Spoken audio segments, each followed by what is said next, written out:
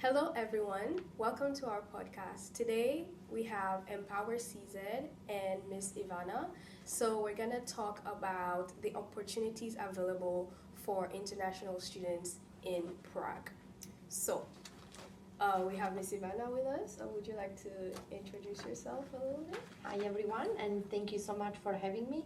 My name is Ivana Knudsen, and I am the head of career services over here at University of New York in Prague. And I accepted this invitation because I am extremely proud of my students who are trying to create the platforms, resources, or avenues for other students to learn about the opportunities, how they can engage themselves and integrate themselves in the professional space over here in Prague. Yes, and we are happy to have you on this episode with us. Okay, so let's start it off with our first question. So, why is it important for students to think about career opportunities during their studies? I think it is very important precisely for the fact that they are here for these career opportunities.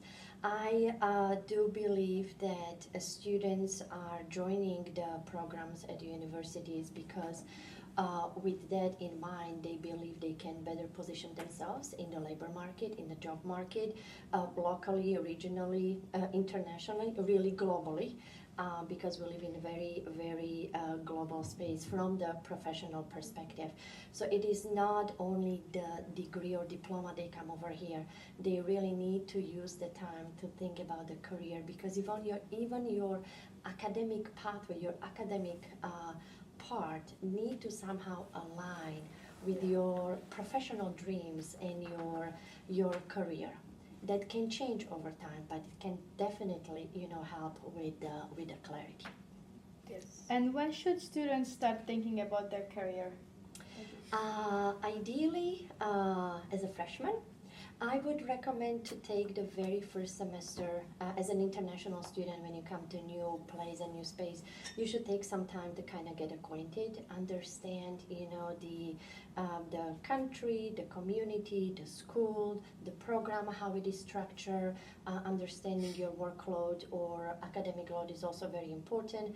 Understanding the routine, the schedule, and once you settle in that basic routine and you understand how you operate actually in that new space, then you should start thinking about a different way or degree of integrating yourself in that community, and that can be aligned actually with your career path or your career journey.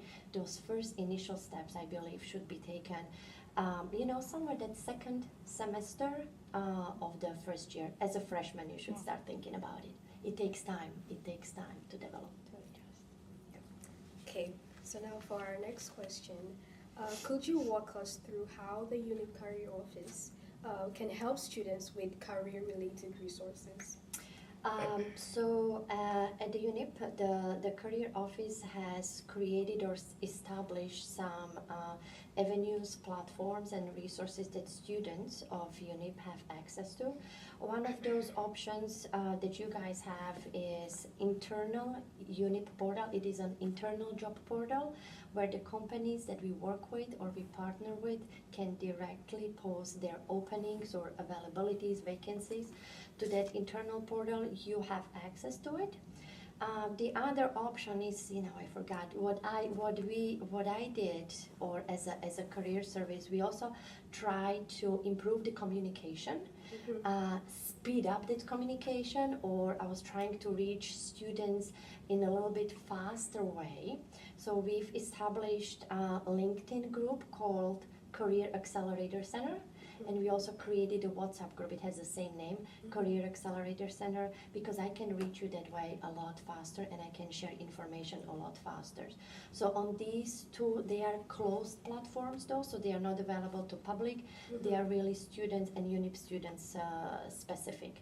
I have actually achieved a very good results when it comes to improving the engagement of the students, and also they have a much faster channel to reach me in case of their needs. So they don't have to always wait only for an appointment. They don't need to come in and maybe I'm not in the office. They can always reach me via LinkedIn or WhatsApp. Okay, so as you said, you created a LinkedIn account, and what do you think? Why is it important for students to get on LinkedIn early, and how is it actually useful? So again, we are speaking from the career perspective. LinkedIn is a global virtual professional hub. It has about 3 billion users right now, and actually it brings entire world together that is united, under the career, the profession, the learning, the developing, and offers many different tools to help you guys understand how you can make yourself visible and offer yourself to that professional world. LinkedIn is not only a space where you can find the opportunities, right? It can be perceived as a job platform, but it's not only that. It's not limited only to you finding the jobs opportunities and directly applying on that platform. It is a space where you created your own personal profile. You can personally brand yourself on LinkedIn. So it's a great tool to let the world know, hey, I am here. This is what I did. This is what my profile looked like, and this is what I'm looking for. It's a perfect communication tool. It is also a tool for education. You can sign up, for example, for LinkedIn Premium that will allow you an access to about 40,000 different micro courses or micro credentials that can help you naturally on your own time with the flexibility pursue maybe micro degrees or micro credentials in an effort to bring yourself skill to a more relevant state, because the skills are changing, the world around is changing, and you can definitely find those resources at a LinkedIn site or portal. Amazing. Okay, so what could students do on their own outside of university to network and build their platform? So first of all, they need to find the courage to actually do that, and they need to make a peace with the fact that really without connecting and networking with other people, it will be very hard to integrate yourself into that community. You cannot learn, you cannot be aware of what's going around, you will not be able to more smoothly and in a little bit more complex way really integrate yourself in that society. For example, attending simple conference that is aligned or in line with your program of studies, and it is held on the topic that you feel passionate about, can actually really open up the gate or a pathway for you to meeting with people in your space of your kind. And you can learn from them, they can become your mentors, they can share the opportunities that they know of, they are aware of, and they can also help you navigate that career path. They've been through it before, right? So the opportunities, new ideas, and options that might come from a simple setting as a conference are incredible. But we need to find the courage to do that. We need to find the courage to get out there on our own. And before that, actually, before finding that courage, we really need to understand it's an essential skill actually to have. Understanding and finding the courage. I need to do something if I want to get somewhere. It's not going to come to me. Yeah. And could you tell us what trainee programs are there in general, and why there's such a strong pathway into employment? Traineeships. So let me just go back a little bit because I want to see why is this happening. So we've always thought that the students were the one with kind of a disadvantage when it came to finding the jobs, right? That there is lots of jobs and the employees have this leverage and they pick and choose, and it's really hard. With the changes in the job market, the technological changes and demographics mostly, the companies are struggling just as much. Therefore, they created their own initiative in an effort to develop their own talent pipeline. And one of these initiatives was establishment of a traineeship programs Traineeship programs are established or created for graduate students. Graduate, I mean, it can be bachelor level, it can be a master level, but one of the condition is you need to have a degree. As soon as you have that degree, you can become a part of the traineeship program. Traineeship program is a pathway to employment from a perspective that companies, it is a selective process still, but you will have a chance to work under the direction of someone in the company who will guide you through many different departments. Quite often these traineeships are rotational to give you a good idea and scope of what the organization is all about, how they work, how they operate. You are fully immersed in that operation, and you are learning along the way. So you are basically being molded to fit the shape of that organization. And that training actually lasts sometimes up to even 3 years, the traineeship program. Usually 12 to 18 months, can last up to 3 years. It is always paid engagement. And once the program is over, in 99% of the cases, the student is being offered a full-time employment. So the company had an opportunity to find the talent, to mold the talent, right? And then could retain it and keep it for themselves. Okay, that's amazing. Okay, so what can students gain from project-based opportunities such as Demola? Demola is one of the projects that were introduced to students this semester. So I am really a firm and big believer of experiential learning. The knowledge that you gain at the university is very important, but quite often we forget it if we cannot practice that knowledge or apply it, in a real life scenarios. So Demola or any experiential learning projects basically create an environment for students to immerse themselves in the space that is solving the real world problems. In case of Demola, for example, the students are collaborating with the companies in solving the future problems. In a sense, are not the problems that are known right now, but what, in a sense of anticipation, could be the next potential problem, issue, or solution that I could be thinking about today and try to solve it. So it is also supervised program, which means the students are guided by the professionals and facilitators from in this case Demola, but Demola is not the only project, but it's a good example that we can use over here for a demonstration. And you meet on regular basis, you work in international groups, you work in a diverse kind of space. You have to show up on time, you need to be disciplined, you need to get your project or the parts of it done according to a timeline. There is a lot of discipline, motivation, initiative, creativity, and interaction, with people from all walks of life, for example, or different part of the world, which is, again, it gives you that tool that will help you better understand in the future what does the global working environment looks like, so you can assimilate, you are aware, and you can work easily in that new space. Could you tell us a few more programs like Demola, if you know any?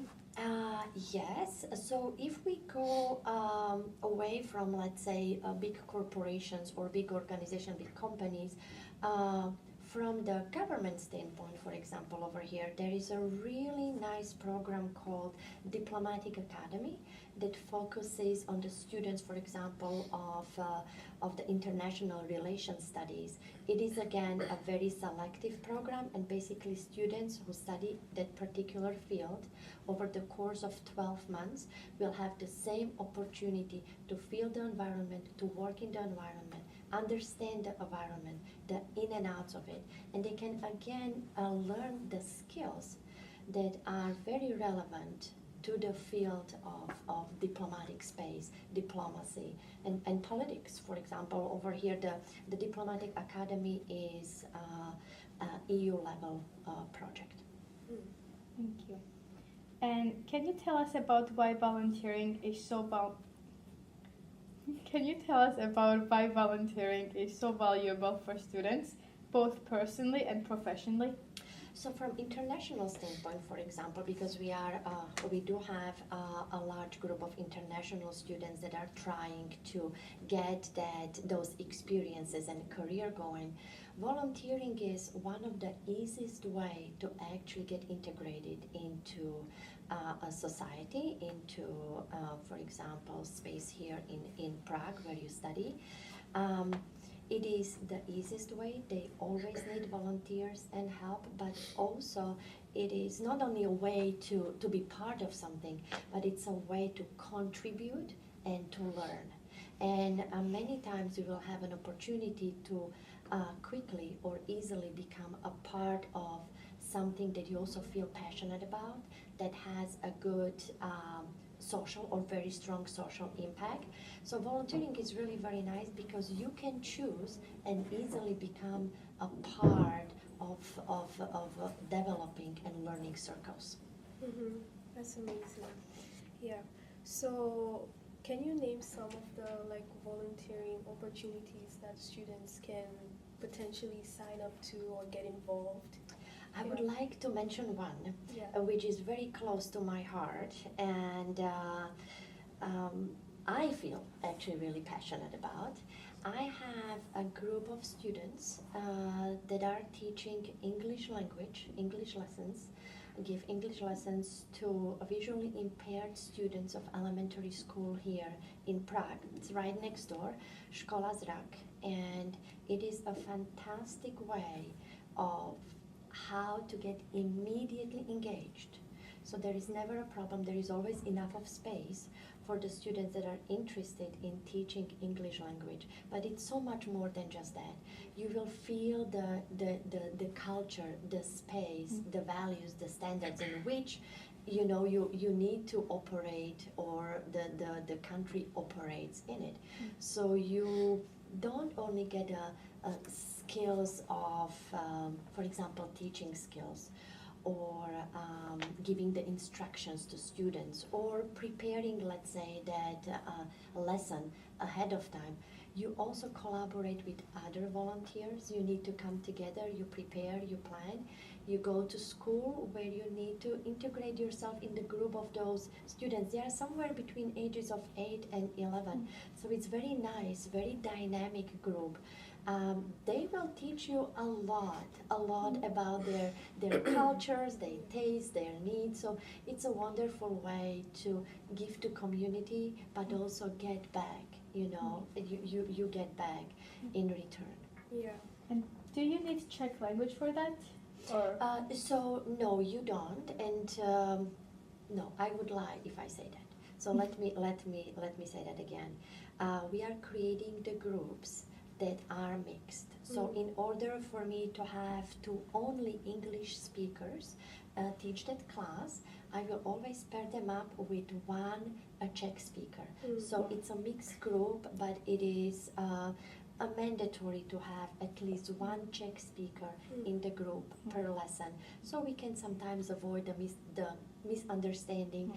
Some children need, for example, an explanation in Czech language before they can understand and they can answer in English. So it's important, but mixed groups work really well.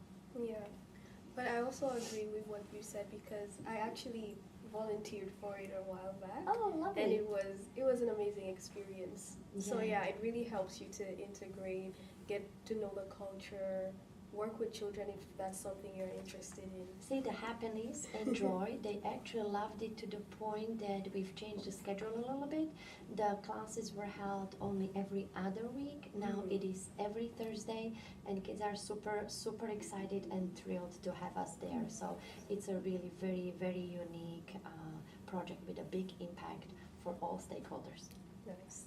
Okay, so what can be the potential pathways for international students in highly regulated fields like psychology?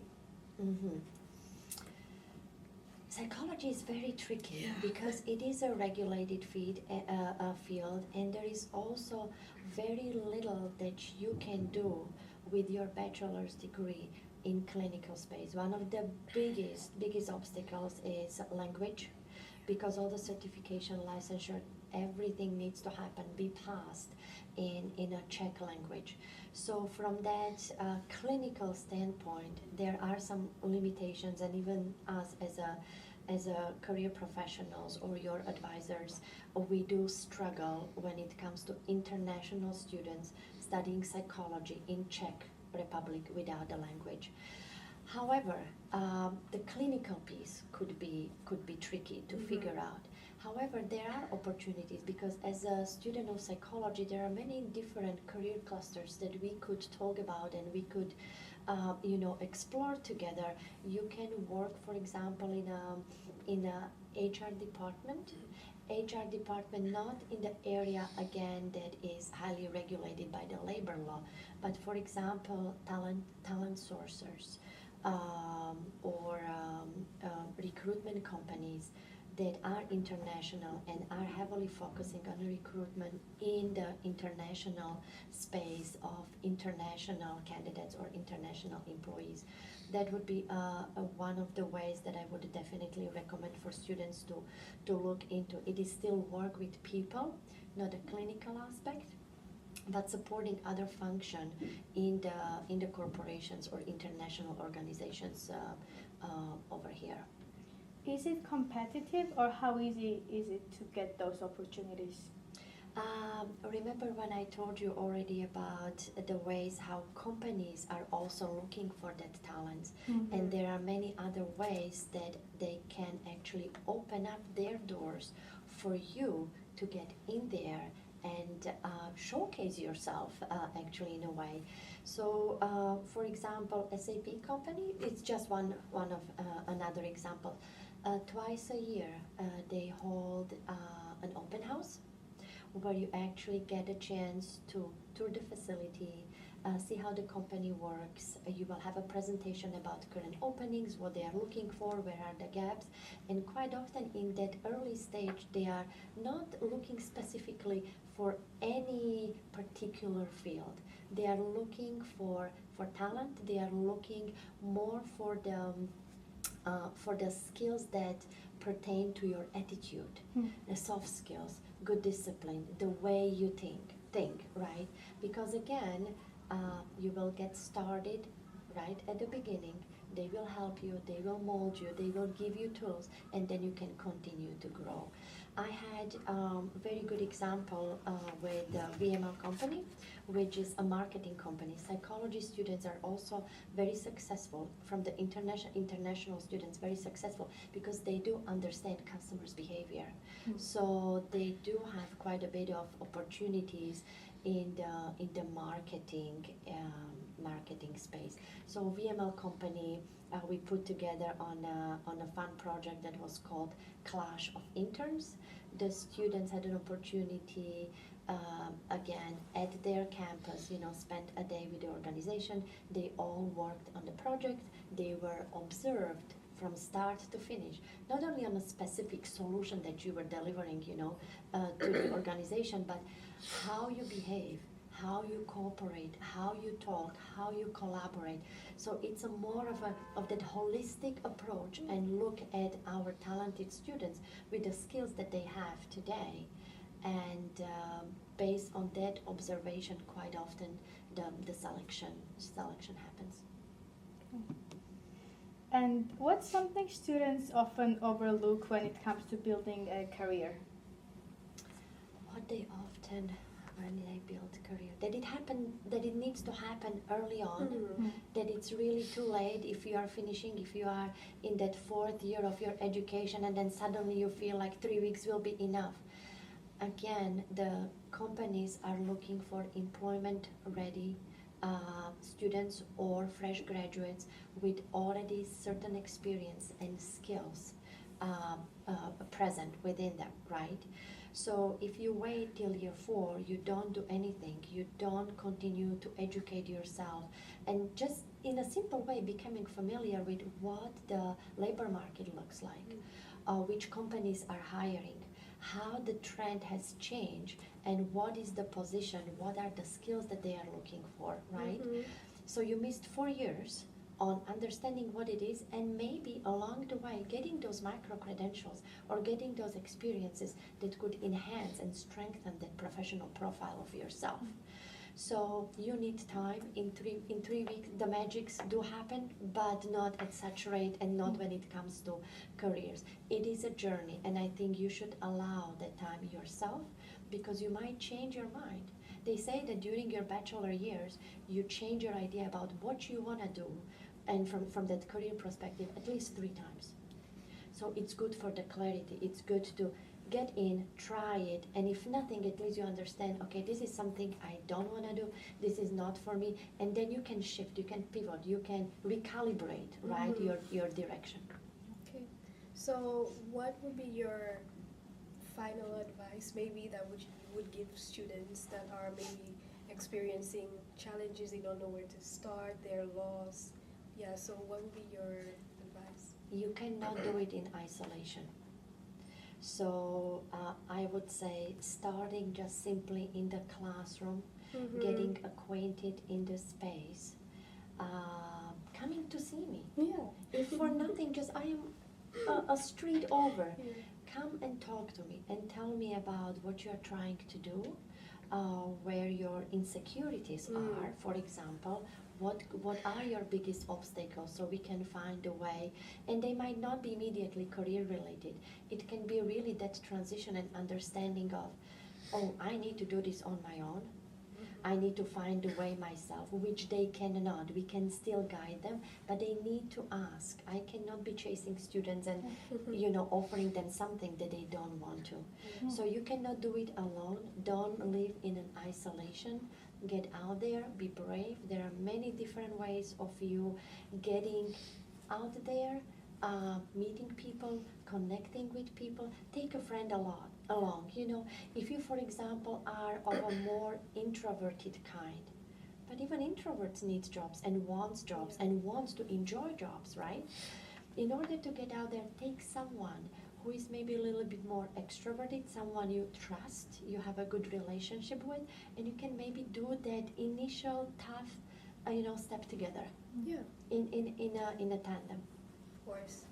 Okay, so thank you for being with us today. All the information you provided was insightful, and I hope it can help someone out there that is experiencing some challenges. And of course, your door is always open for students, and also our inbox is always open for students. You can contact us on all our platforms. Our link will be linked below in the description box, and we'll also link your email maybe.